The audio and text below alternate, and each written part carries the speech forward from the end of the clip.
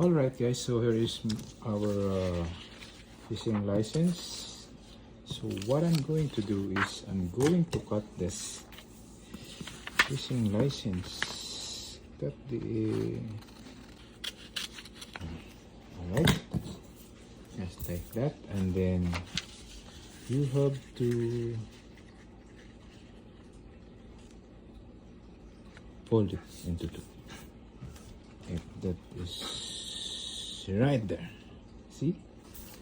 So you're going to put it inside so that whenever rain comes, it will not get wet. Okay? Right? So put it on your tackle so that it will be with you every time.